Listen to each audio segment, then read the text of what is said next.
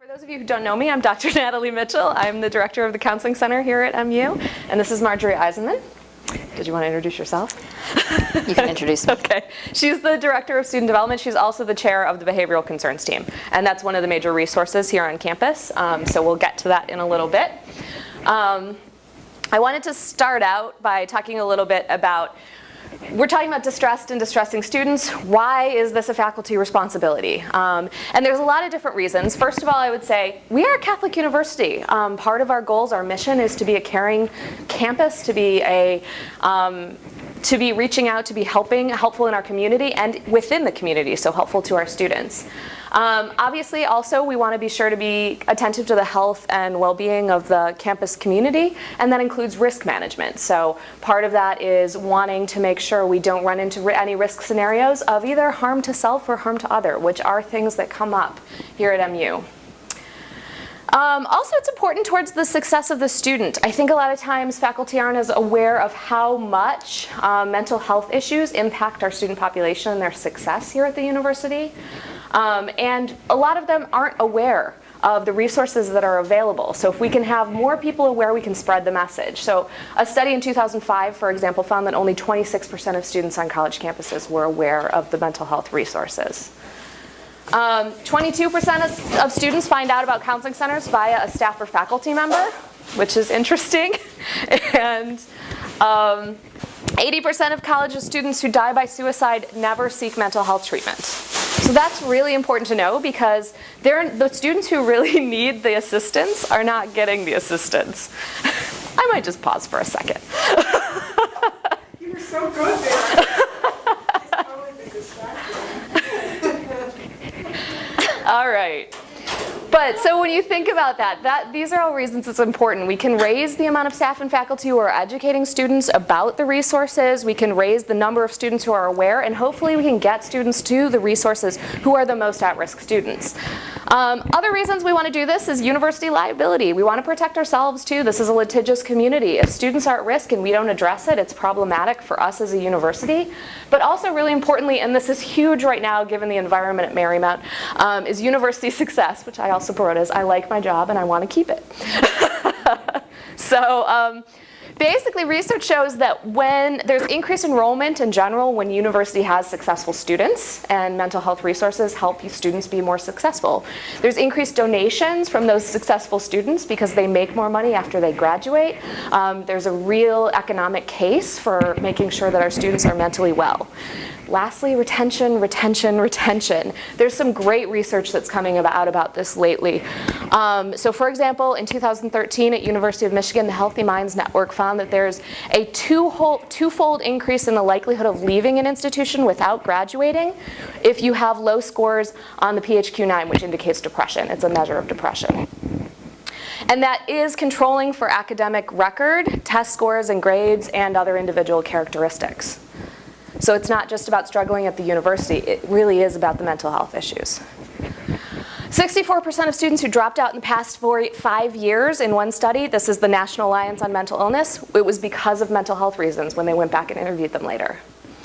More than 45% of those who stopped attending college because of mental health related reasons did not receive accommodations. And 50% of them did not access mental health services and supports at all.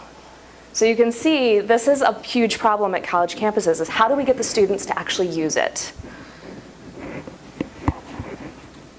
So I thought I'd just go through some general trends around what's happening at mental health in universities, so you guys have a good sense of the background there. Counseling center directors reported that 44% of students who sought services presented with severe psychological problems. This is an increase over 10 years from 16% to 44%. We have a great organization of counseling center directors, so we gather a lot of data this way. 88% of directors agreed in 2012 that there was an increase in crises, needing immediate response, sexual assault concerns, eating disorders, and self-injury. I will say on this campus, self-injury is one of the things we've seen the most. Increase in demand for counseling services over the long term. There's an increase in societal pressures, a perceived need for a college degree. There's a decrease in mental health stigma. So we're actually seeing more and more students use our counseling services. And sometimes our resources aren't always keeping up with the increased demand, as indicated by the wait list we are currently on in the counseling center. One of the things is, so I was looking at research on understanding unhealthy behaviors in college students. Yeah. And when you think about kind of the theory of the problem, and having just finished my graduate work, but so I can empathize a lot of times with the students. So their allostatic load is, I mean, they don't even realize sometimes that not only are they not working, it's incredibly stressful to go back to school and learn. But I'm finding that it's with risk factors, you know, maybe they're doing okay, but if you throw on financial on top of that, and you begin to pile these on, and so I think that sometimes understanding that theory of the problem, which is college is a very stressful experience. There's a promise, but to go through it, I don't know sometimes that they realize how hard that journey is going to be. Yeah, and they as students don't necessarily open up to each other about the difficulties of being in school, so they feel like the only one who's struggling or the only one who's not succeeding. And when they don't seek support from a community like that, that's when they keep pushing themselves harder, not seeking support anywhere else, and that's when you really see them drop out. And so a lot of what we do in the counseling center is actually normalize students' experience and get them to use supports in their friendship circle, in their community. A lot of times it's a very isolating experience to be depressed or struggling with anxiety, and the less isolated you are, the faster you heal. So it's an interesting conundrum. This is a bit of a tangent, but there's a great story. There's a comedian who wrote a paper on depression, or who wrote a book about depression, and he traveled the world looking at various cures for depression in different cultures. And he participated in a practice that was in East Africa that was very unusual, and I won't get into the details. His comedy explanation of it is very funny.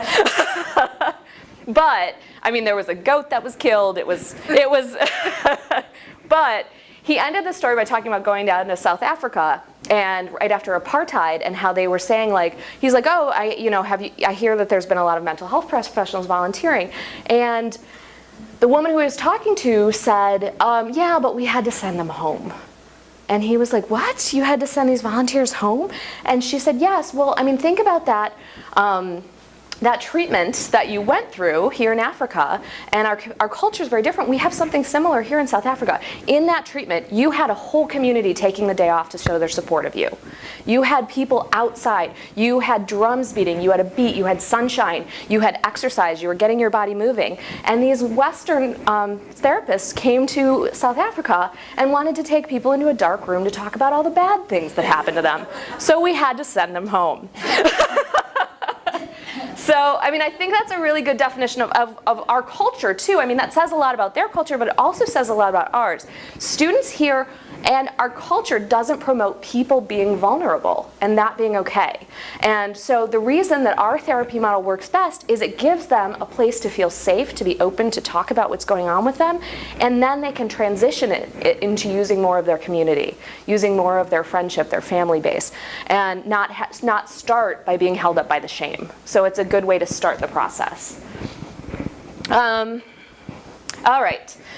So this is actually information from the students about what they're feeling. There's a Healthy Mind study that goes out to universities across the country every 2 years, I think it is. So this is the 2012 data. And what they ask is, in the past year, how often have you felt this? 45% of students report feeling hopeless. That sounds right on par with what you're saying. 31% report feeling so depressed it was difficult to function. That's 1 out of 3. 37% report overwhelming anger. 5.5% intentionally cut, bruise, or injure themselves. That's a lot of people. That's 1 out of 20, right? I'm gonna get my math wrong here. 7.4% seriously considered suicide. That's nearly 1 out of 10. I mean, I'm pushing it up a little bit, but it's kind of shocking to see. And 1.5% of students reported a suicide attempt. And we do not always hear about all the suicide attempts. So this is a major issue in the college student population for all the reasons that you're saying. It's a stressful time of life.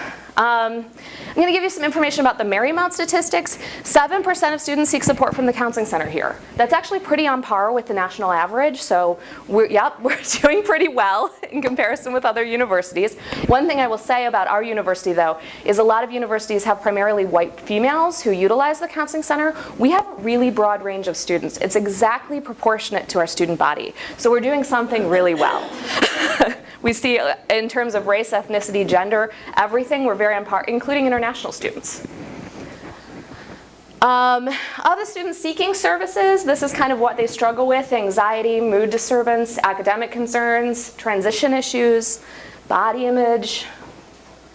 Now, the last two I will say, 24% indicate suicidal thoughts, feelings, or behaviors. So a quarter of the people who come to see us have at least thoughts coming into their head. 27% indicate angry or aggressive thoughts, feelings, or behaviors. So again, that's 1 out of 4. So this is why this is important. We have had some increases in here at Marymount, even in the time I've been here. I've been here at Marymount for 4 years. I've been in the director role for 2 years. You can see the number of hospitalizations used to be 4 or 5. Now we're in the teens. Increased walk-in appointments. Yeah, we went from 119 to in the around 300 every year, and we're on par this year to be back up in the 300s. Increased severity of problems.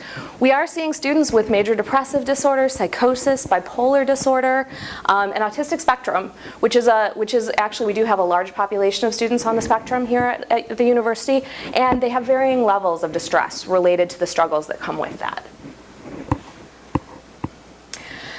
So in regards to help seeking, and I did put or not, just 46 to 47% of students do not tell anybody about their thoughts of suicide. Anybody. There are ways to battle this, so we'll get to that.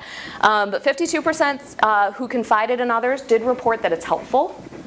And I will say the other 52% probably told someone who had no idea what to do. And that's the problem, is they tell someone, somebody else can panic. And they feel like, and it's understandable because you don't know what to do, you're scared, you're nervous. And the other person then feels like, I can't tell anyone, this is too much of a burden on them. And they go back to not telling anyone. 2/3 who confide in someone else do so to a peer. So we're also doing a lot of work around educating the peers at the university about getting students to assistance. But this is interesting. Only 58% of students who confided in someone were advised to seek professional help. So that's where we get to the fact that people don't know what to do when someone shares this information. So I wish more people were here, but hopefully they'll watch the video. Okay. I did want to jump to violence because we did have the catchy title of "There's a Serial Killer in My Classroom." That is to try to get more people to come and be invested in this. But to be honest, violence is not the most important issue for the mental health. And one thing I hate is that a lot of times the two get combined and they get put together. But mental health and violence are not related. And that's an interesting thing that people often misperceive. So for example, I have a lot of studies up here. I'll just kind of do a quick summary. But you look at studies of people who have struggled with violence and mental health issues. When you match them with their non-affected siblings, they still have the same level of violent behaviors. So someone with schizophrenia and violence, their sibling who doesn't have schizophrenia is similarly violent. So there's been studies like that. So it shows basically that the most important factors are the environment that the person grew up in, the exposures they've had in their life, what they've been through, and a lot of times the mental health issues. The one mental health issue that is correlated is substance abuse. But again, that's often related to the environment that you grew up in and things like that. Any questions about that? I also wanted to comment kind of on the risk of active shooter incidents. Like I said this morning, I was in a active shooter preparation session where we were planning for the university. It's certainly an issue, but how many of you think that active shooter incidents in universities have increased over the last 50 years? 50 years? Yeah. Yes, yes, yes. Yeah, I mean, we hear about it now through the media a lot. Yeah, so I don't know how many. And numerically, there are more, but it is directly proportionate to the increase in the number of students attending college. So while there are more incidents, it's because there are more students who are going to college. So our actual violence to student ratio has not increased at all. And I think that's an interesting, that was a recent FBI study that they're looking into. But so there's always the risk that somebody is violent, and a lot of times that does have to do with adjustment issues, difficulties, sense of rejection, which are correlated with mental health, but oftentimes not with major diagnoses with like bipolar disorder or schizophrenia. So it's often more related to their social experience, their life experience that would get them to the point of violence than it is that they have a mental health diagnosis or that they have depression. Does that make sense? Okay. So we're going to get to what is your responsibility. So basically, here's what you guys have to do. Be attentive to noticing student concerns or behaviors. We'll get to all of these. Know your resources and take action. And like I say here, there's a lot of options for how to do this. So there's no one way. So you can find what works best for you. So these are the major signs of how to spot a concerning student. I also have some one-sheeters that you guys are going to get with some of this information and also some of the resources. So don't feel like you have to pin this all in your memory. You can store it in your file cabinet. But a lot of the things you'll see are some academic-related concerns, so excessive absences, major changes in grades or performance. If you have a student who comes in who gets C's across the board or kind of teeters on C's to D's, a lot of times that's not as concerning as a student who's doing really well and then suddenly isn't doing really well. Marked change or unusual interactions with either the instructor or the classmates. They're getting more irritable, they're asking for more help, they're begging you to give them accommodations that they're not registered for, things like that. You'll see marked changes in appearance or personal hygiene. That's when someone is struggling with depression. This happens without fail. They'll miss classes, they sleep more or they don't sleep, they look more unkempt, they may not smell the best, things like that. Those are concerning. Lethargy, inattentiveness, falling asleep in class. Depression impacts sleep. So things like this can be things that are indicative that someone is really struggling with something outside of the classroom environment. So in addition to that, evidence of self-harm, this is things like noticing bandages on someone's wrists or noticing that they're wearing a lot of bracelets in the summer inappropriately that span this level of the arm. So you might notice things like this, and I know some of those details are hard to look for and it's not really on your radar, but if you happen to notice them, it might be worth kind of taking into the larger picture. So we have had students at Marymount who have self-harmed? Yes. Marjorie's actually just laughing. It's really obvious. I mean, when people do that, I would think you would do it in a place that people couldn't see. But There is both types. So there are definitely students who self-harm and do it in more hidden spots, like the inner thigh or the stomach area are some of the prominent spots people do self-harm when they're trying to keep it more hidden. But there's also the students who do it more outwardly. And part of that depends on the purpose it's serving for them, and that can vary. No one person is the same as another. So some people do it to feel more numb. Some people do it to feel less numb. It makes them feel more alive. Some people do it because they're trying to get somebody to notice that they're in pain. Those are the ones who you'll see do it more outwardly. Some people do it because there is actually a physiological response that happens in response to cutting that does actually create a high in the system, and so it does sometimes make them feel better very temporarily. But every student does it for different reasons, and where they cut or where they burn is different based on the person. Again, also, some of the things to think about is gender factors. A male self-harmer tends to not be a cutter. They can be someone who punches a wall over and over again, and their knuckles are all hurt. And that's a form of self-harm as well. So you can see it looking all different ways. More questions about self-harm? So, sorry to interrupt, I just... No, you're fine. This is my second year. To all incoming students, whether freshmen, transfer, or like our second degrees, do they, are they kind of warned in some kind of orientation of, here's the great counseling services we have, and you should recognize that this is quite common, that, like, are they given some statistics, not to scare them, but to let them realize that self-care includes recognizing these symptoms in themselves and seeking help? Yeah, we try to get our message out as much as possible. Orientation is a tough thing because they're taking in a lot of information, and that time is very sought after to have the new students coming in. So they are told about our counseling center services multiple times over the course of that time. But what often happens with students is they hear the information then, they think, I'm never going to need this, and they do not store it in a part of their memory that's easily accessible. So one of the things is we have to be constantly out and around campus to let people know about our services. This is one of the reasons we like to get in classrooms too, because when we go to, for example, some of our Discover 101 classes, and we talk about stress management in general, and then end with just like counseling center services, one to three of those students in that class come that week for a walk-in. So for example, in the Discover 101 are amazing. I was a transfer student, so the problem is I think some of the transfers are, again, all are accelerated. They don't have that opportunity to really, again, adjust to this new life at Marymount and whatever stresses they have.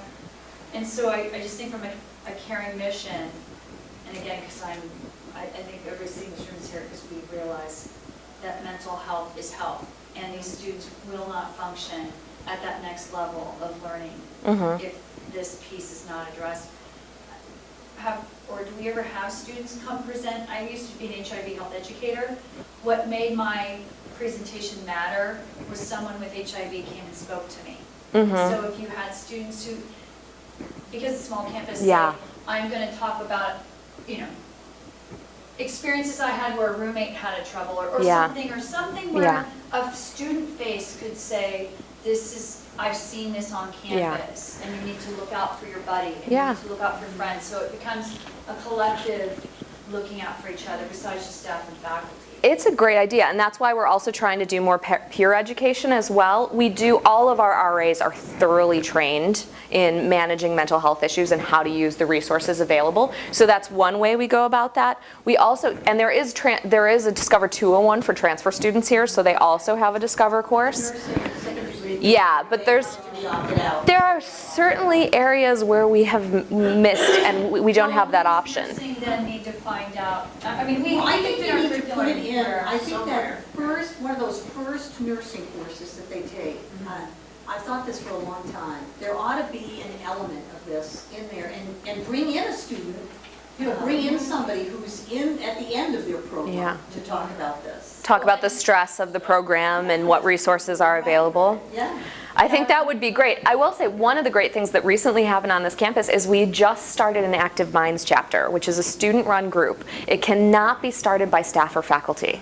It has to be started by students, as it's a national organization, and we finally have our own, which is really exciting. But Active Minds is an organization that's about promoting mental health awareness and reducing stigma. And so we have students who are now on the in the Active Minds chapter. And so that's the kind of thing where we can finally reach out to a group and say, would you be willing to be a student representative talking about these things? Because we cannot solicit our clients in that way. It's against our ethics. So there's difficulties in that way. But the Active Minds chapter is definitely a resource we can use in that way. I'm going to kind of keep moving forward. Odd behavior, yes, talking to yourself, hearing voices, things like that. We have it here on campus. It happens. They're all in the library. They're all in the library. They're all in the library. So how do you know when it's okay? If there's no cell phone in evidence, there's a Well, we have one student, I mean, we've got another, he knows that this is a problem, and he goes into the coffee bar room, just paces back and forth and talks. Yeah. And after about a half hour, he's good, and he comes out. Yeah, and that's the kind of thing where you might say, have you ever thought about using the counseling center? I get the sense you're managing something that's difficult for you. I mean, so we'll get to kind of how to intervene, but this happens, and we see students who struggle in this way. One thing I'll say is, if a student is talking to you and they're seeming irrational, don't disagree with them. It really doesn't do any good. If they're completely feeling irrational, like you have someone saying like, oh, I'm going outside to look for my dragon. Saying dragons don't exist is not actually going to keep the conversation going, whereas if you just say, your dragon, you might find out more information. So they might say, dragon, my car, I call it the dragon. And then you're like, oh, okay. If they say, yeah, it's purple and has flames that comes out of its mouth, that's a totally different thing, and that's the kind of thing where you would want to use some of the resources to get us involved. When is just inappropriate behavior? Like there's one student who will stand up in the reference area and say, "Hi, Marcia," and sit back down. Okay. Like, yeah, oh, they got to be. Yeah, I actually think certain things like that, as long as they're not long-term impacting the people around them, there's a certain amount you have to let by. And that's okay. Or you can also educate them as like, you know, if you want to say hi to me, just be sure to come up and get over and talk to me over here. People on the autistic spectrum sometimes just need information about what's socially appropriate. And when they know something's socially appropriate or not socially appropriate, they change their behavior. So as an example, one of the things, like I went to a training on autistic spectrum disorders, and one of the things they talked about was the fact that they end up in a lot of dangerous situations. So for example, in men's restrooms, when you have a line of 5 urinals and one person goes in, where do they normally go? Or actually one end. That's what men tend to do. None of us would know this. They tend to go to one end, and then if a second person comes in, where do they go? Exactly, as far as possible. But think about someone on the autistic spectrum who follows rules and applies rules across the board to different situations without that sense of nuance. They've been taught their entire life to line up. So they go into that restroom and they go to the second urinal right next to the first person, and that's actually a dangerous situation. It can be perceived as a come-on. The person might react violently to them. So these are situations that the more we can assist people in just kindly educating them about social norms and what is and isn't appropriate when we're dealing with our students who are on the spectrum, that can be really helpful. And again, all of this is helpful if you just do it from a place of kindness. I think sometimes people are nervous to give people feedback, but if you're saying, like, I'm really worried about you and I want to make sure you know that some people might get irritated with you here in the library if you get up and yell because they're in the middle of concentrating. If you want to say hi, I'd love to say hi to you, but come on over and talk to me over here. All right. So as I said, there's also, like, you'll get disclosure of personal issues. This is when people put stuff in writing, English papers that get turned in. You'll have evidence of drug or alcohol abuse. They're not opening their eyes fully. They do not seem like they're fully there. Or they reek of alcohol, or they reek of weed. We're actually very lucky on this campus that we don't have a high predominance of some of the higher, more risky drugs like heroin and crack cocaine, stuff like that. We do have a high predominance of pot and alcohol use, which is pretty common for counseling for universities in general. Repeated requests for special accommodations. The most important thing about all of these is trust your gut. If you feel like a student is concerning or you're worried about them, if your gut says that they're in trouble, that's a really good thing to follow. I think we're not taught very well to listen to our intuition, but it's a very important part of especially mental health work. Questions about any of this? Okay. Yeah. We do have a lot of vets. Vets are one of the populations that's the most hesitant to seek services, which is a struggle that every campus has. We do have some off-campus specific resources for vets, and I think a lot of them who are working with the what's Joe's office called? Veterans Affairs. Yes, the Office Military of Veterans Affairs here on the campus. A lot of the vets are more connected to him because he educates them about their resources and stuff, and he also lets them know about us and also about off-campus options. And so they do have a choice in that way, which is helpful, but they tend to be less trusting of the promise that we are a confidential resource, in part because military resources are not as confidential, and so they haven't. Counseling is a pejorative term. Yeah, so the counseling there doesn't always follow the same rules of confidentiality. They don't, therefore, in an organization that they're trying to succeed in, want to put that information into the system. So a lot of times they're less likely to use our services, but there are students who have PTSD who aren't even vets too. I mean, we have a lot of students who are here who have experienced trauma. Small schools tend to draw students who need special attention, who have gone through difficulties, who feel like they'll have more attention and support. They're drawn to smaller universities for that reason. So our population, well, I showed you those hospitalization statistics.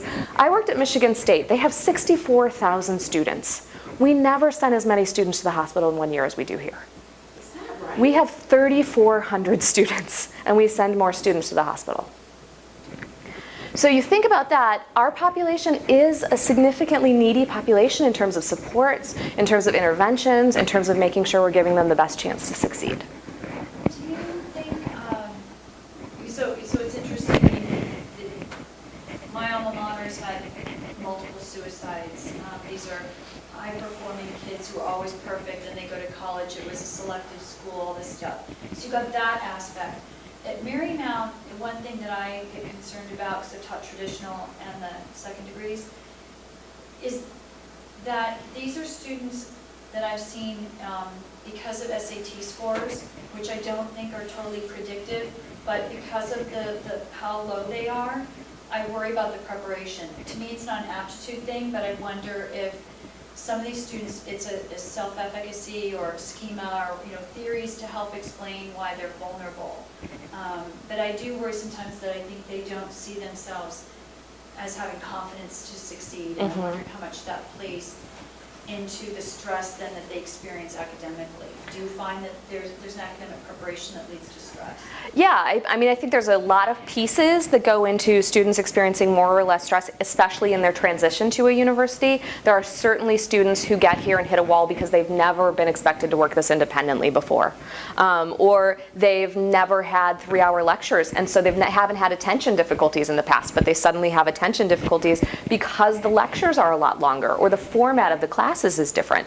And so there's a lot of transition issues. We are regularly referring to student access services, which is our disability support on campus. We're also normalizing a lot of the experiences of transition. Generally, there is very much a cycle in the counseling center throughout the course of the year that come September, we see a lot of transition issues, homesickness, people struggling to make friends, having gotten to the university for the first time, loneliness, isolation. As we move a little further into the year, we get into a lot of issues around actually managing coursework in addition to the other stressors going on. You're talking about the stuff that piles up on top of each other. So when we get to midterm times right now, like I was just, yesterday I was trying to stay late to finish some paperwork and saw a student at 6:40 p.m. Like, this is a time of year when we have students who are in immediate need because they've hit a breaking point of the level of stress. There is definitely a difficulty for some students who just haven't had the same level of high school education that makes the transition a lot harder. And we definitely have students who have come from rural areas or things like that where there's not necessarily the comparison between like what educational expectations look like. A lot of times they get their feet pretty quickly if they're given a little bit of support. So again, this is why it impacts retention so much, is if they give up on themselves, it's not helping. One thing we're doing, which I think is huge, is we've started a first-generation mentoring program here at the university. So for students who are first-generation students, they're being offered the opportunity to have a mentor here on this campus because they don't have parents who have attended college who can provide that normalizing experience, who can say, oh, I remember struggling myself my first semester. So having a mentor here on campus can be a great intervention for that. So that's something that just started this year. Now, in a hospital, in our electronic health records, you can have a place where you can make a note for your colleagues, but that it's not part of the official record, but it's a way to communicate. And I don't know if you'll have time today, or if maybe Carolyn or somebody can teach me, but so I'm learning Starfish, and I'm using it so much more than last year, because I'm finally get it. Your two services overlap significantly, and again, if there's sometimes where I've almost wanted to make a note or say something, but I don't want the student to see it. And so again, it's when we look at frequent flyers in hospitals, oftentimes there's an overlap. I'm going to come back to that because yes, there is a way to do that in Starfish. So we're going to get to that in just a minute. So actually, I think I went too far. So just distressing and disruptive behavior, these are the more serious scenarios where students are more disruptive, where you're really concerned about them. These are much less common, just so you know. We see a lot of students, while I'm saying, who are struggling with suicidal thoughts. A lot of them don't have intent. They just have this sense of not wanting to be here anymore. It's too hard. I can't deal with it. Are you thinking about what you would do, or are you thinking about acting on it? No, I would never do that. So that's the predominant of what we see. when you get to the more concerning situations, this can be, domination of class discussions with no ability to give them feedback and have them adjust their behavior. That's concerning. When you have odd behavior in the classroom that's disrupting the classroom, unusual, exaggerated, or inappropriate emotional responses. Remember, our students can be a little loud with their emotions. But sometimes it can be particularly over the top. When you see the very poor personal hygiene, if people aren't willing to sit near them in the classroom, you see everybody get close and then move away, that's probably an indication something's going on over there. Demeaning, disrespectful, or offensive speech, physical aggression or violence, homicidal thoughts or suicidal thoughts that are in a paper or directed at a specific group. These are really concerning. Again, trust your gut. If you feel unsafe, that's really important for us to know. And so we'll talk about the resources of how to reach out. But if you feel unsafe, there's ways we can manage that. There's ways we can support you and help you too. So we've talked a lot about how you're going to have resources. So let's talk about what those are. The first one I want to talk about is the behavioral concerns team. How many people here know there's a behavioral concerns team on campus? Carolyn's in it. So what that is it's a group of professionals on this campus, a small group of professionals that meet every 1 to 2 weeks.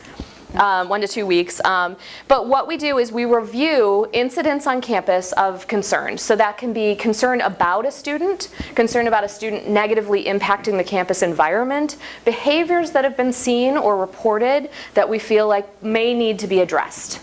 So what we do though is this team is the team that gathers data from many sources. So starfish flags go to the BCT team. Grades are brought into discussion at the BCT team. We also talk about what the behaviors are. Whether or not we've heard from 3 faculty members separately about the same student. Things like that all get brought up here. So we have certain students who we are tracking and looking for additional data, seeing how they're doing, seeing if there's anything new that's happening, and also then determining if there's any intervention required. And those can look a lot of different ways, but one thing I want to emphasize is this is done with respect, and respect for the privacy of the student too, and as a source of support for them to help them succeed. So what this might, I have some examples we're going to get to later, hopefully. I'm like, what time is it? Of situations where different resources on campus have been used, so I'm going to talk through those a little bit. But we really want to, like it says, there's a high priority on balancing individuals' right to privacy with the university's duty to respond. It's to provide support and resources and also protect the community. So those are all important pieces that the BCT team is trying to achieve. So what I would say is those flags you're putting into Starfish are going somewhere. There are people who are looking at those, particularly if we have other reports about a student. You can also pass information about a student directly to the behavioral concerns team. There is an email address. Marjorie is the chair. You can also email her directly. There's also, you could email any of the team members as well.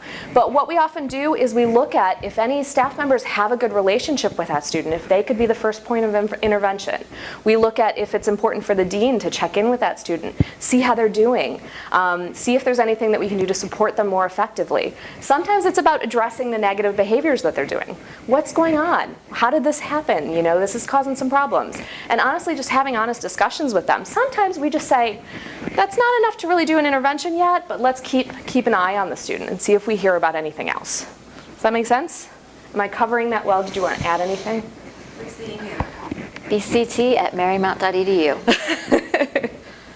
And if you started typing into your MU email, behavioral concerns team, it's going to pop up. Except behavior spelled wrong. Yes. We're trying to get IT to fix the fact that behavior is spelled wrong. There's a BCT flag that we just added to Starfish. So if you're really concerned and you just want to pop that flag up, and that is not seen by the student. So you can pop that up and you can put in a comment. But those would just be for your advisees and students in your class. If there was something, for other, Somebody random in the library. right, then email BCT. And we get information from all different sources for BCT. From faculty members reporting through Starfish or through the email or just calling, through incident reports that have come through. We look at the whole picture and any information that's reported to us. But the reason we've had the BCT team Gosh, I think we've been doing it for 5 years. Get out. Yeah. Are you serious? Yeah. Honestly, I think this is the first time hearing about it. Yeah, and this is one of our struggles, is how do Yeah. we get this information out? By the So, way, just as we're all sitting here and looking, I put this down on my eval. Why wasn't this the plenary? Not that it's an issue, but really it's like. can you please keep saying that for me to more people? I'm seeing it as a nurse. thinking, wow. And then again, Carolyn is so awesome because she checks back on new faculty like, Yeah. hey, you've got someone with 6 flags. and, and so all of a sudden, this is new to me. I mean, again, you get most of us would go to graduate school, you get your substantive area, your science, and then all of a sudden, I care about the whole student, but I didn't know about a lot of this. Or in my own college experience, I had positive experiences, so I'm constantly referring to students. Please do this. But I wonder how many faculty know these. And this is one of the struggles on this campus, is just how do we get this information to faculty and staff, and I think it's something we're constantly working at. So this is a good step that we're here today for one of these sessions, and I think this is a relationship that we've been developing and increasing between a lot of the student affairs resources and trying to be less siloed in terms of what we do and be more aware of using each other as a resource, because I think we have a lot of committed staff at this university, and they're so committed to students, and we can be doing better. That's really what it comes down to. I think one important piece about the BCT is that if you have concerns about a student, don't expect that somebody else is reporting that. Or even if they are reporting it, more information is better. As a private school, we are not required, but in the state of Virginia, all public schools are required to have a team like this. It even dictates who's on the team. And this came out of Virginia Tech. And the reason is because when they looked back and did all the debriefing of what happened, they found that all these people around the periphery had information about the student, but nobody was sharing the information. Now, we do not expect, and we certainly don't hope that anything like that will happen, but we're trying to help these students to be successful. And so if a student has had an interaction with somebody in one office, even if it was just kind of slight, but it just made you think, that was just a really odd interaction, letting us know is the most important, because we might also have a report from somebody else, or we can look at that student's grades and say, they were a 3.0 student last year, and now at midterm time they have D's and F's, and then we can say there's a problem here and we need to do some outreach. So information is really what's important, and we're trying to keep the information flow going. All right. So another major resource on campus is the Counseling Center. Just to kind of clarify what we do offer for students, any student who's enrolled in at least 1 credit during that semester is eligible for services. So that really opens up how many students we can see. We provide individual therapy. It is short-term, but we also provide referrals to off-campus resources if our services aren't appropriate for them or somebody is needing multi-time a week counseling. So there's different ways we work with them on that. We have group therapy. This semester we have a grief group, a women's group, a relationships group, and a cancer support group.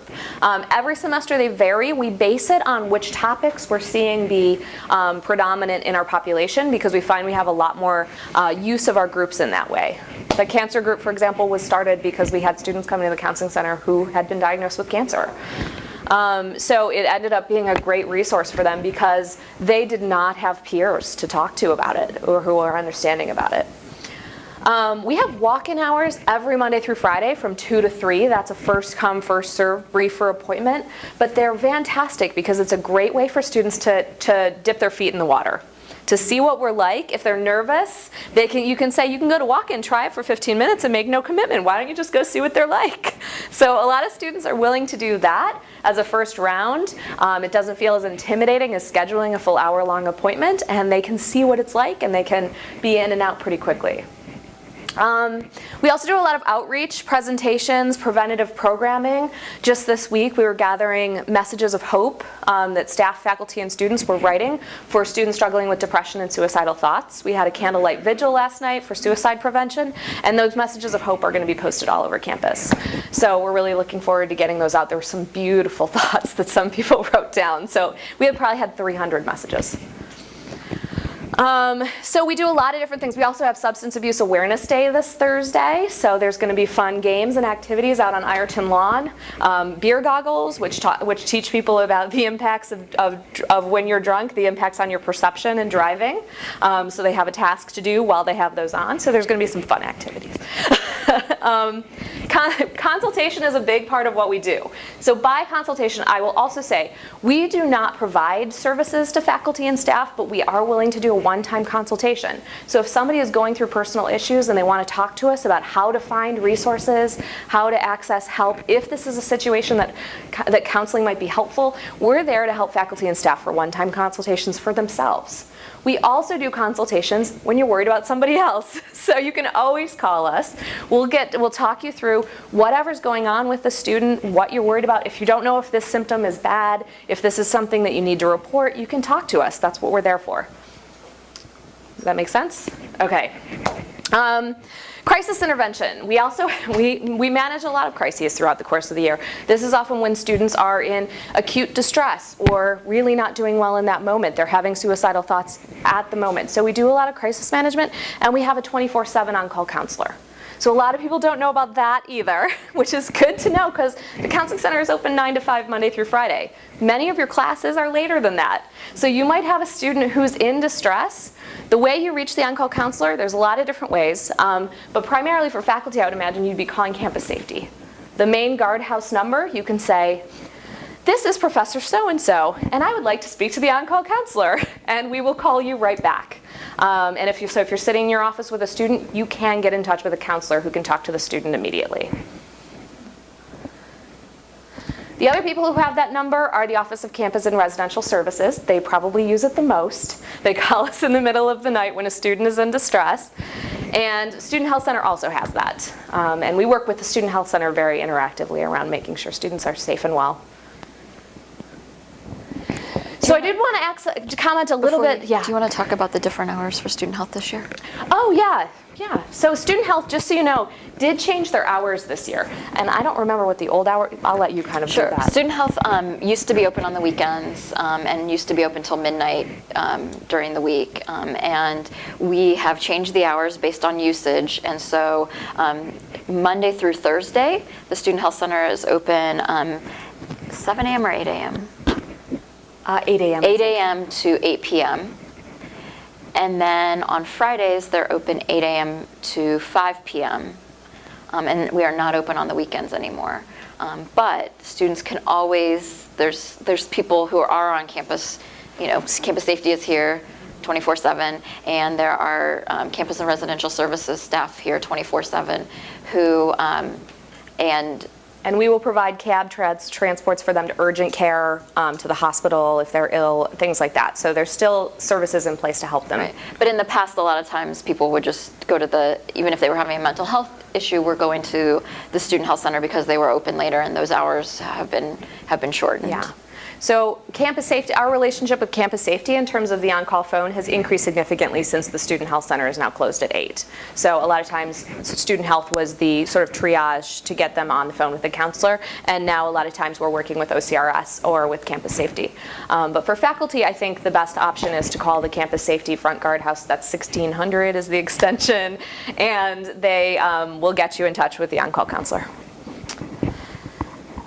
So just important to know for the counseling center, though, I think sometimes it's hard to know the boundaries. I did have one faculty member once say to me, "Well, I can't share any information with you because it's confidential." And I was like, no, you can say as much to me as you want. We cannot share information with you. So sometimes that can be frustrating, and I completely understand that for faculty who may have walked a student to the counseling center, for example, and wants to know, are they coming? Are they using the services? We cannot even tell you if they're coming or if they're using the services or if we even talk to them. So It's for the reason that it makes students use our services, and it's their rights, and it helps students to feel more safe and comfortable actually opening up with us that we do not share any information. And we clarify that with them at the beginning. We let them know that our records are separate from their academic records, that this is not going to be a part of their academic record in any way, shape, or form. Another thing we don't do, and this is important too, we don't provide notes for students excusing them from coursework or exams. We would never pull our heads above water if students thought we did that. Because they do often come in kind of asking like, oh, can you give me a note so that my professor might give me an extended time? What we do in those situations is we teach them to advocate for themselves with their faculty. And that can go different directions, but it's also part of them learning adulthood and learning to take responsibility for what they're doing in their life and their choices. If it's something more serious, like they have been hospitalized for mental health reasons, you will get notification that a student is out for health reasons through the Dean of Students office. So you will know, and that accommodation should be provided. So there are ways you get informed, but if a student comes and talks to me about family struggles that are going on and says, can't you write me a note? We don't write notes. I have had sometimes where a faculty member has said, well, if you get a note from the counseling center telling me that you're going there for the services, then I'll be more helpful. And we just can't do that because we need to follow a set policy. Make sense? Okay. We also don't share any information about our work with specific students. So like I said, we are very confidential. But like I said, we are always willing to talk to you about a general idea of what would happen. So you can also, if you just want to know what the counseling center would do in this situation, if I brought a student down and they had this going on, what would you do? I can tell you that. So I can't tell you any information about a specific student, but we can talk you through anything that you might want to know about how we work, if that will provide some information for you. Make sense? Okay. One thing, though, the top bullet on what we don't do is reach out directly to students to offer counseling services, and the counseling center doesn't do that. But through other channels, when we discuss interventions with behavior concerns, we often, through BCT, will assign someone in the office, not in counseling center, but on the team, to talk to the student and walk them down to the counseling center. Or somebody who's actually not even on the team. We had a case recently that we really felt that the student needed to go down to the counseling center. And so what we did is I spoke to someone who was going to be meeting with them and said, we'd really like you to get them down to the counseling center. But we have other ways if we really think a student needs to get down there without the counseling center calling them up and say, hey, I hear you're depressed. Yeah. That doesn't go over very well. Yeah. Yeah. So but there are a lot of other avenues to get students. So having someone who's supposed to know information about you, like the Dean of Students, contact you and say, there's been this concern about you expressed, and then saying, do you know about resources on campus? I'll get you down there right now. Why don't we help you with that process? It gives an in-between, and it also makes us not into the punitive role. It separates us from any possible perception that it's punitive or expected. So then we can really kind of clarify our relationship as a support to them, and they respond a lot better that way. I missed my own point. Other resources on campus, the Dean of Students office. Right now, Kelly DeCenti, who was our Dean of Students, has just left the university. So the role is split between Tina Rajmera, who's the Dean of Student Services, and Dave Wilmus, who's the Dean for Career Services at the moment. And there's probably some reorganization happening in the next year within the division. But for now, both of them are great resources for if you want to talk about a student of concern, things like that. Your own academic dean. Things are happening, go talk to your own supervisor, your own direct report. Let them know what's going on in your program. They might have some ideas or understanding about steps that could or should be taken. They might also have additional information about the student. The Student Health Center, great resource. They are so supportive and friendly and can also help in any way, shape, or form that you might need them. Student access services. One of the things I just wanted to clarify here is that we call it student access services. That actually makes it somewhat hard to find sometimes because it's normally called disability services at other universities. I understand the reasoning for the name change, that it can be difficult to find.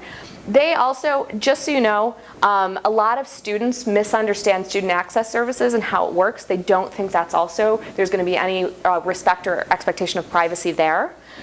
Student Access Services only shares as much information about a disability as is required to ask for the accommodations of the faculty. So if it's a mental health issue, students can go to Student Access Services. The accommodations do not say what the diagnosis is or why they need those accommodations. It just says what the accommodations are. And so that can be really helpful for students to know. Starfish, we talked a little bit about this. I'm actually going to let you speak to what the different flags are, because you know a lot more about that than I do. Well, Carolyn kind of mentioned it. There are multiple flags. I, in my role as chair of behavior concerns and in my role in student development, do get all of the flag reports. So I see, and so I read through them, but I particularly pay attention to any flag that is an other flag to see if somebody has lifted an other flag and raised and put a note there. But also there's the BCT referral. And then we look at the flags when we're discussing students as a whole to see what's going on with the student. Things that are more academic in nature, Carolyn and the advisors look. But the social flags, social concern, I forget exactly what they're called, but there's some that are clearly not so academic, and Marjorie definitely. And the students cannot see the BCT flag, or the other, or the social flag, or the other flag. Or the other flag. The other flag they do not see. Yeah, late to class, missed assignments, those things the students actually get an email with suggestions for what they could do, but for the social flags. Yeah. There is also a counseling center referral flag. I think this was a positive idea that somebody had, but just so you know, that doesn't mean we're going to contact them. So a counseling center referral should be clicked on if you have referred a student to counseling, because that's a way for us to know that you've talked to them about counseling. Make sense? Okay. Last resource, and this is more for employees, is the Employee Assistance Program. This is through HR. This is the mental health services available to all faculty and staff here. You do not have to go to HR to access the Employee Assistance Program. That would seriously impact your own confidentiality. So you can call the Employee Assistance Program directly. And here's the number, but you can also access it through the HR website, and that's a really great way. They do phone triage first, and then they talk to you about what resources might be appropriate given your situation, and they help you get set up with those resources. So that's. I just found out this year that our Employee Assistance Program has career coaching, professional coaching as one of the services. So even if you're not, depressed or. Who knew? I didn't know that. Yeah, I didn't know. I was asking if there were, options like this for staff, and Bernadette looked it up, and there's a wellness. It's part of the wellness. Yeah. I haven't had anybody use it yet. But. That's because nobody knows about it. Yeah. Well, there's that. All right, so those are kind of some of the resources. Now I'm going to talk about how you take action. How do you use those resources? So one of the main things that you can do is just talk to a student. If you're concerned about a student, one of the best things you can do is say, hey, can I chat with you for a minute after class today? And when the classroom clears out, you can say, I've noticed this, this, and this. One of the best ways to open a conversation about concern is to notice behaviors. Because they can't get very defensive to that. Like, I think you're depressed. But I've noticed that you seem to be having trouble staying awake in class, and your grades you're not doing as well academically, and I wanted to check in and see what's going on with you, because I'm worried about you, I'm concerned. If you express it from a place of concern, students tend to be pretty open. Here's the thing, is if they start to open up with you and they say, oh goodness, yes, my family has this going on and everything feels so hard right now. Knowing about the resources is important. You guys need to set boundaries for yourself. You are not a counselor, and it's okay to say that. So what you can say is like, it sounds like there's a lot on your plate. I really appreciate you opening up to me, but this sounds like the kind of thing that might be important to talk to a professional about. And so I really want to make sure we get you set up with some support, some help. I want to see you succeed in this class, but I also know I'm not the best person to help you with this personal stuff. So let's figure out how to get you there. And that's the best way to frame it. You're setting a boundary for yourself, but you're not telling them that there's not going to be any support in place. You're going to help them get it. And so one of the ways not to be scared about talking to a student is knowing that you don't have to be the one to follow up. You can talk to them and still get them to support, get them to help, and not have to be the one checking in with them constantly or listening to their stories about what's going on in their life. one thing I will say though is that it can sometimes be important to ask the hard questions. So if you really have someone who's struggling and they start to open up to you, how many people have ever asked anyone in here if they're feeling suicidal? Oh, you got two. Okay, it's pretty good. It's a hard question to spit out the first time you do it. So I think because I'm a nurse, we're kind of required, but I had a student that was very concerning to me. I knew had resources and was getting professional assistance, but by the questions, and this had been multiple times coming to my office when the doors open, and I finally just said, I need to ask you these questions. You know, are you okay? Do you have any intention of hurting yourself? And she said no, and I said, you know why I have to ask these questions. I just want to make sure you're okay. And so it was one of these things, and then I documented it. Yeah. But, you know, now going through this and realizing there was another colleague who we both had concerns about this student, and again, my reassurance is that they were getting help. I didn't go further, knowing now what I know. I think I did let the office of the dean know or something, but I definitely next time will put this, now that I know, so that just, and then would have encouraged my colleagues to say, let's both do this. Yeah. The student, by the way, is doing well. Good. We always like to hear that. It's very awkward. It's a hard question to ask, and I think one of the fears that keep people from asking the question is there's the worry that it's going to put the thought into somebody's head that hasn't had the thought before. No research ever has shown that. What it does is it does make them know that if they start to feel suicidal, you're someone who's comfortable talking about it, and they might actually come to you before they act on it. Oh, no. That scares a lot of faculty. Like, So, but here's the thing again, if somebody comes to you and says they're suicidal, you don't have to be afraid because this is worrisome and we need to get you to somebody who's going to help. There's a 24-hour counselor on call. We're going to call campus safety right now. We're going to get the counselor on call and we're going to find out what we need to do from here. And so you're not responsible. Again, one of the best parts about a university, now in your personal life, if you ask someone if they're suicidal and they say yes, then you can be worried because what are you going to do? Take them to the ER. That is really what you do. If somebody is really feeling suicidal, let's go get you to talk to somebody right now. Let's take you to the ER. But it doesn't need to be scary because you don't have to make sure they're okay. You just have to make sure we know that they're not okay so we know what to do. I think also, so people worry about it, putting the thought in their head, people worry about having to then follow up. Most people are going to say, oh no, I would never thought about that. No, I'm not even close to that. That's the reaction you're going to get most of the time. Whew, done. The only way you don't want to ask the question, and this is it's pretty much, you can say, are you having any thoughts of hurting yourself? Are you having any thoughts of suicide? It can be common to have thoughts of suicide. Is that coming up for you? There's a lot of different ways to say it. The only way not to say it is to say, you're not having any thoughts of suicide, are you? Because that says to them, I really want you to say no to this question. So that's pretty much the only way to go wrong, is to indicate that they can't be honest with you in some way, shape, or form. So like I said, though, if you have that come up, if a student says they're feeling suicidal or they're really depressed, the counselor is on call 24/7. If you're worried about a student and you want to make sure someone's going to be available, you schedule that meeting with them during a time you know they're going to be available. So there's different ways to do this. You can walk a student to the counseling center. If you do, it's great if you hang out for a minute because we might pull you back just to find out why you're walking them there. Because they might then come into our office and say like, I'm fine. I don't know why she brought me down here. I have nothing to talk about.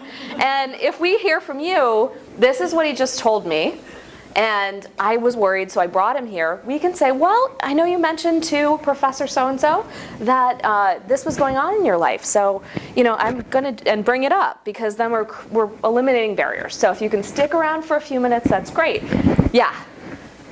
Just in the off chance that you had a student that you really were concerned about, and there's denial, but like you said, trust your gut.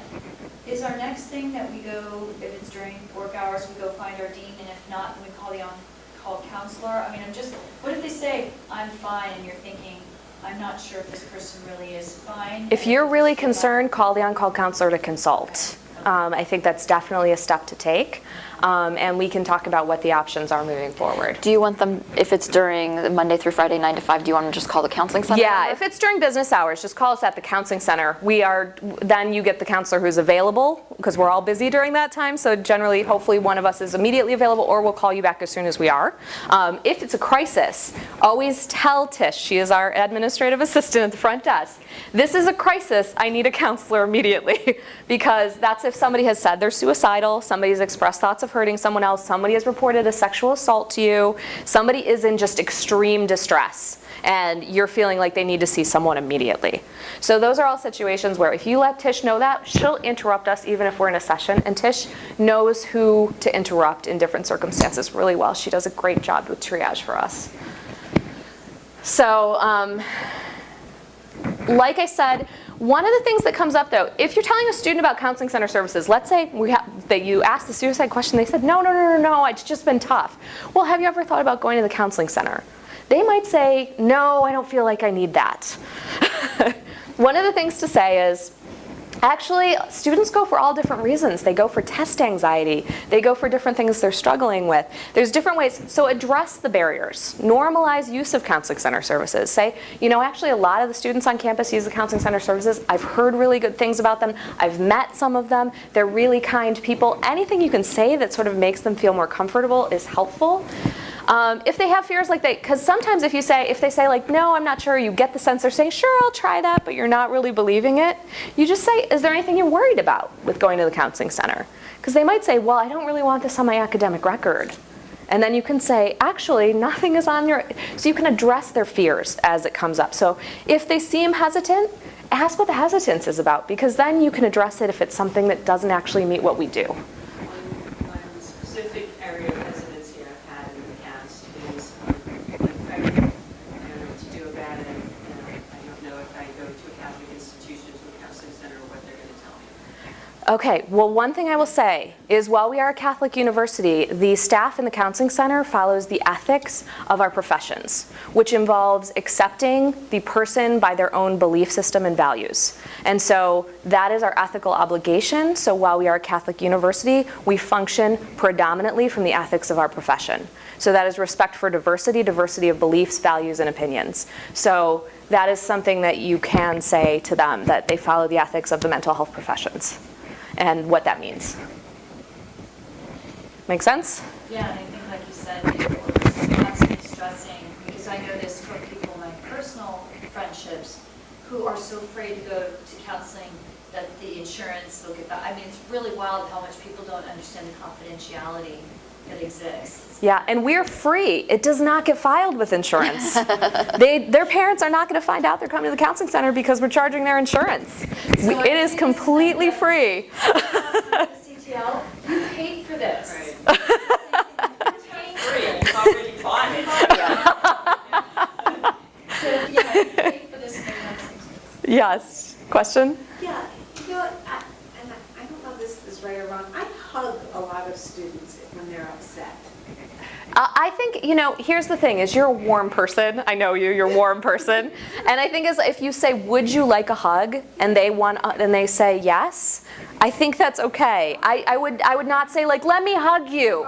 Like, you gotta say, would you like a hug? So that they're consenting to the physical interaction. Right. And you can say, would you like a hug? It's okay if that doesn't feel comfortable for you. I was concerned that I was experiencing, or I was contributing to deviant behavior. Crying because the course is so hard, and then you get settled down. I said, oh, would you like a hug? But they always say yes. Oh gosh. Always. They miss mom. It might be because they're nursing students, but I get a lot of them. They're in my office, we're talking as academics, then something comes up, and they go, thank you, professor, and they give me a hug. And so, as a nurse, you would do that all the time. Right. And so I just kind of, again, Yeah. if it's a fine moment, I understand that they're reaching out to me. Yeah. And if you are not comfortable with hugging, it's okay to set a boundary for yourself too. It's not offensive to say, oh, I'm not much of a hugger, I'm so sorry. And just be friendly about it. It's not punitive, it's just, I'm not much of a hugger. It's not really okay to hug anyone without their permission. Like previous students of mine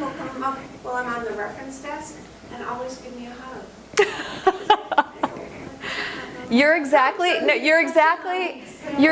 why students come to Marymount. You started hugging yourself. Putting a sign up there.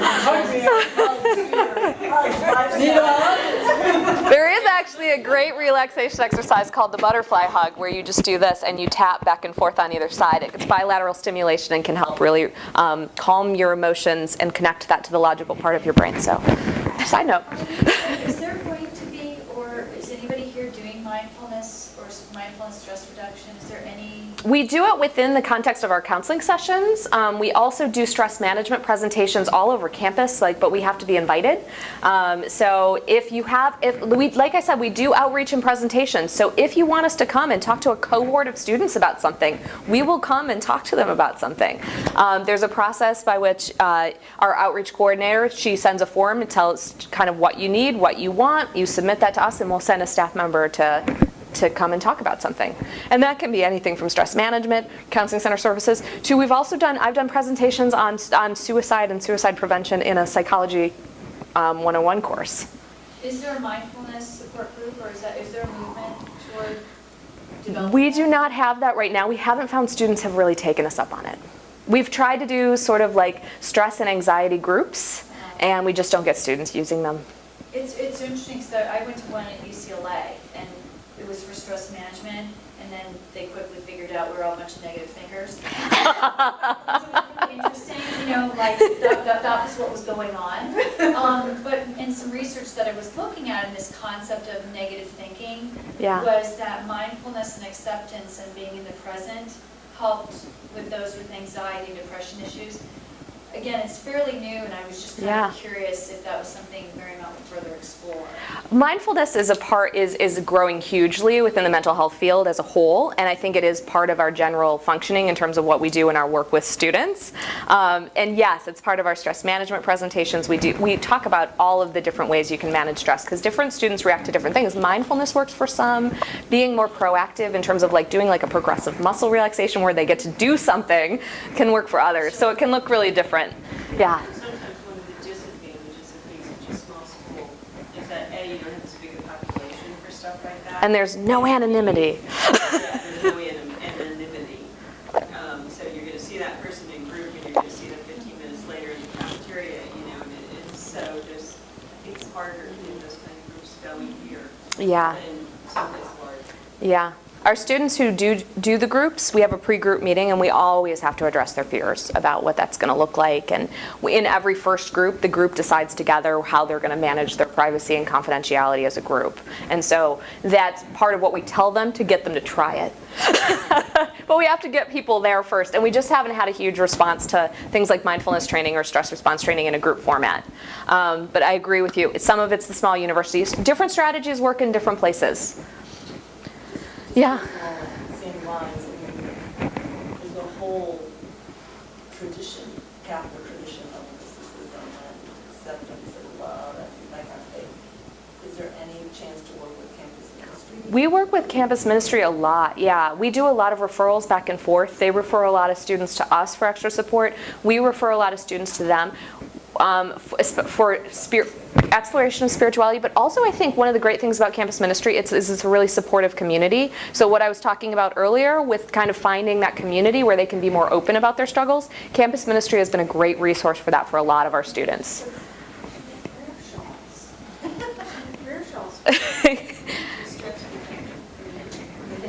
There you go. All right, I know we have 10 minutes left, and I want to get to some examples. So a couple key points really quickly, though, is like I said, set limits. You do not have to do all of this. You do not have to be the one taking care of them.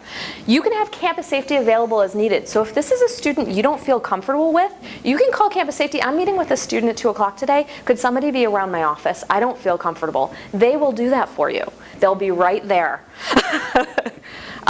Remember that you have support. And one thing is if you think you might be walking the student down, schedule your meeting with them close to walk-in hours so that you know that there is a counselor immediately available if they come down. We are in Berg Hall on the first floor. We share a lobby with the Student Health Center, which is great because nobody knows what they're there for. So 1014, it's right around the corner from the elevator when you're on the first floor of Berg Hall. All right, so like I said, take action. The options are consult with the counseling center. You can always give us information too. So this student might be coming over, I told them about your services, but here's what they told me. Because then we can put it in a record, we'll have it for when they come see us. Your dean, the dean of students, report these things through the dean of students, the behavioral concerns team, or Starfish. And we talked about all of those different flags. Important information, what about privacy, FERPA, HIPAA, all of this stuff. A lot of times there's a misunderstanding. Within the university, you can, when there's a specific need to know, share this information. It should be limited to the information about university care and student well-being, but you can share information within the university. So this shouldn't stop you from sharing the information. All right, here we go, case examples. So these are actual things that have happened either here or at other universities I've worked at. And I say that to try to make sure we cannot identify any of these situations. So for example, we've got number 1, Professor W reports to BCT via Starfish that student A is tearful in all of her classes and stepping out of class regularly. BCT talked about this. It turns out this student was an international student. And Aline Orfali, who's the director of International Student Services, had a relationship with the student. So contacted that student, checked in, walked the student down to the counseling center. The student got started with counseling center services, was struggling with a lot of cultural difficulties, cultural transitions, having trouble adjusting to the university, attended sessions in the counseling center for probably 4 or 5 weeks, and was doing great. That's what happens. That's how BCT works. I mean, it's a lot of times it can really take a student from a place where they're possibly not going to continue for their education to actually not only doing better, but actually continuing then staying here, committing to what they're doing. Second one, Professor X contacts the counseling center to express concern about a student. He reports student B's appearance and behavior have changed significantly since last year. So this was a situation where the professor said, I'm really worried about this person. This person has lost a lot of weight. They don't look healthy. It doesn't look good. I'm very concerned. They provided the information to the counseling center initially. They did a consultation. It was also recommended that the person contact the behavioral concerns team because I couldn't share that information with the behavioral concerns team, but I said, so this is important information to go to the behavioral concerns team. Let's get that to them as well, but I really appreciate the information because if we see the student, this is going to be very helpful. I couldn't say, we're already seeing that student, which was the case. But that was interesting information because actually he had a longer term relationship with that student than we did. So that's still interesting information because the difference in behavior was really helpful for us to know. Now that student really wasn't doing well and ended up being hospitalized shortly after that because of an eating disorder and depression and suicidal thoughts, and ended up withdrawing for the course of that semester. But that's a success story, and if we hadn't already been seeing her, certainly a student who we should have been getting in touch with. So you think about that, that's really where this information is so helpful to get from faculty and staff. All right, a kind of more complicated situation. Professor Y receives a paper from student C that indicates homicidal thoughts. So this is actually probably the kind of thing that you would take to your dean and also be contacting the BCT team, contacting the dean of students office. This is something that's incredibly concerning, right? We want to make sure that our campus is safe and okay. So in this situation, that all happened. All this information happened. The student was contacted. The dean of students met with the student, brought the student to the counseling center for an assessment of their psychological well-being and whether or not, where those violent thoughts were at this time, whether or not there was a risk that they could act on them. In this situation, it turned out those thoughts were really historical. So they still brought up red flags like crazy when you read about them in a paper, but the situation was really historical. So not so much that it was a current risk, but definitely something worth following up on, and if it hadn't been, we definitely would have been doing other things. So let's say you're at home reading at night or the weekends, so you would call campus security and say, if it's a traditional student, or say, look, I'm grading this paper and I have a serious concern. I don't know where the student is right now. It's the weekend. No one's around, but Yeah. I need to get this to somebody. Yeah, if it's homicidal thoughts, what that's going to happen, that one's going to go directly to the the the director of campus safety, who's then going to alert the dean of students. All of these people are on call all the time. If we get this, and this is an after-hours thing. Yeah, because if the student is a resident student, we can check in with them sooner.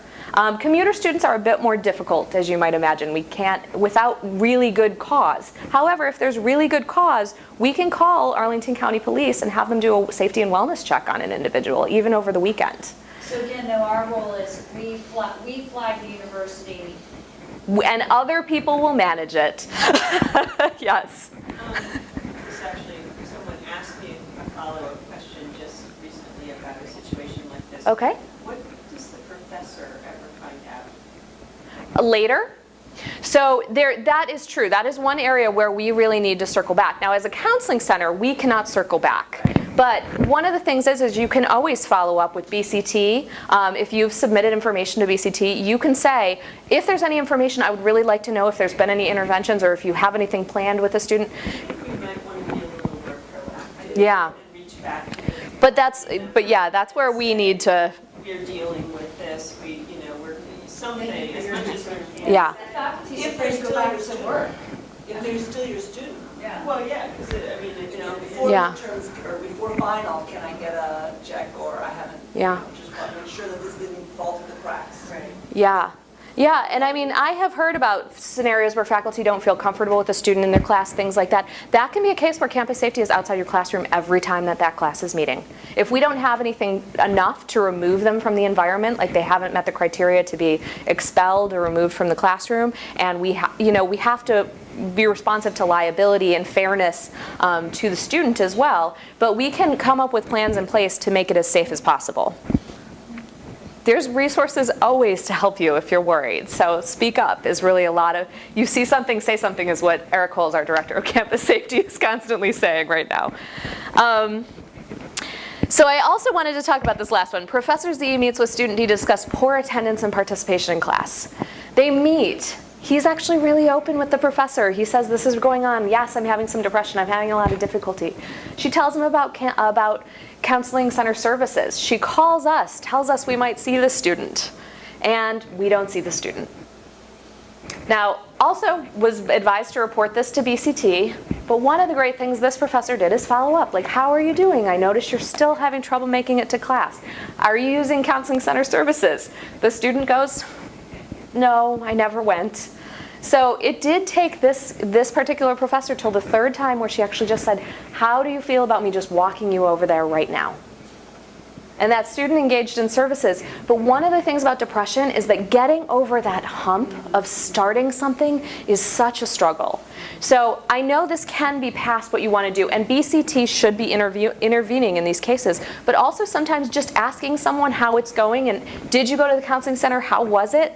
It can be nice to know, because then you can report to BCT, student says they're still not going to the counseling center, is anything happening? So you can still provide those flags, you can still provide that information, and it's just a way to circle back and make sure we continue to get the updates as well.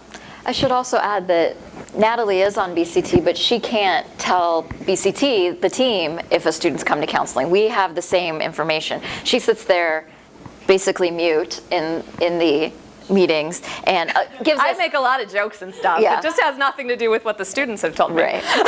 So we, that's confidential from BCT as well. We'll do everything we can working with you to get them there. Do you want to talk about the one thing that's different if it's a sexual assault, if it's reported?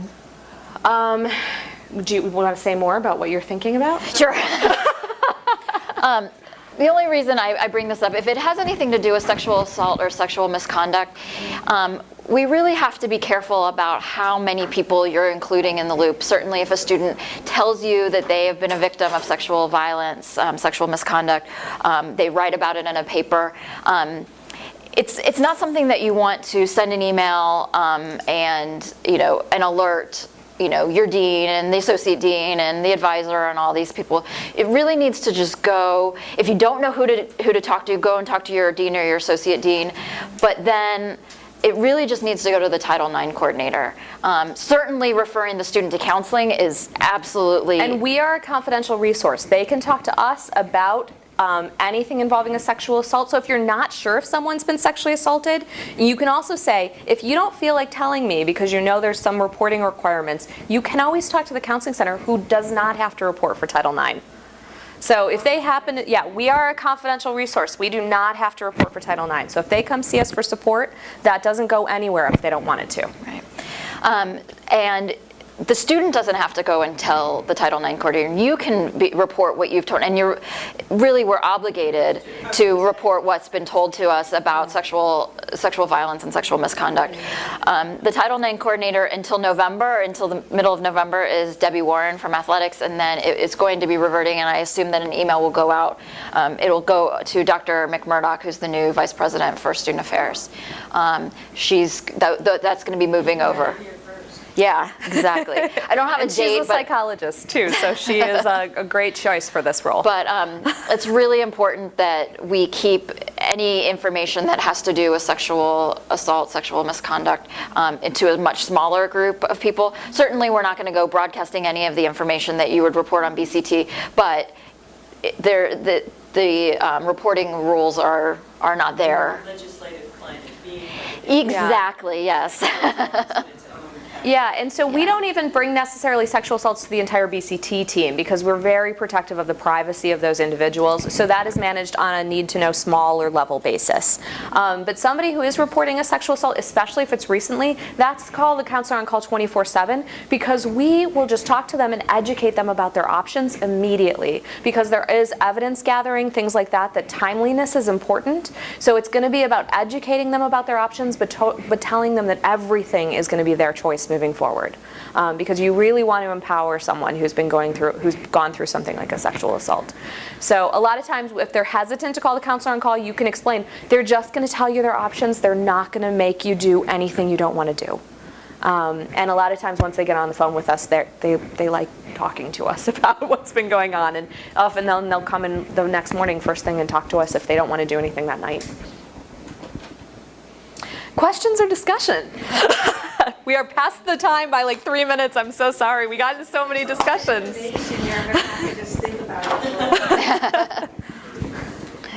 I really appreciate you guys coming here today. I think if we can get faculty more involved in taking their part, it's going to be a really great thing for our students and for our university. So I really appreciate you guys being committed to the process.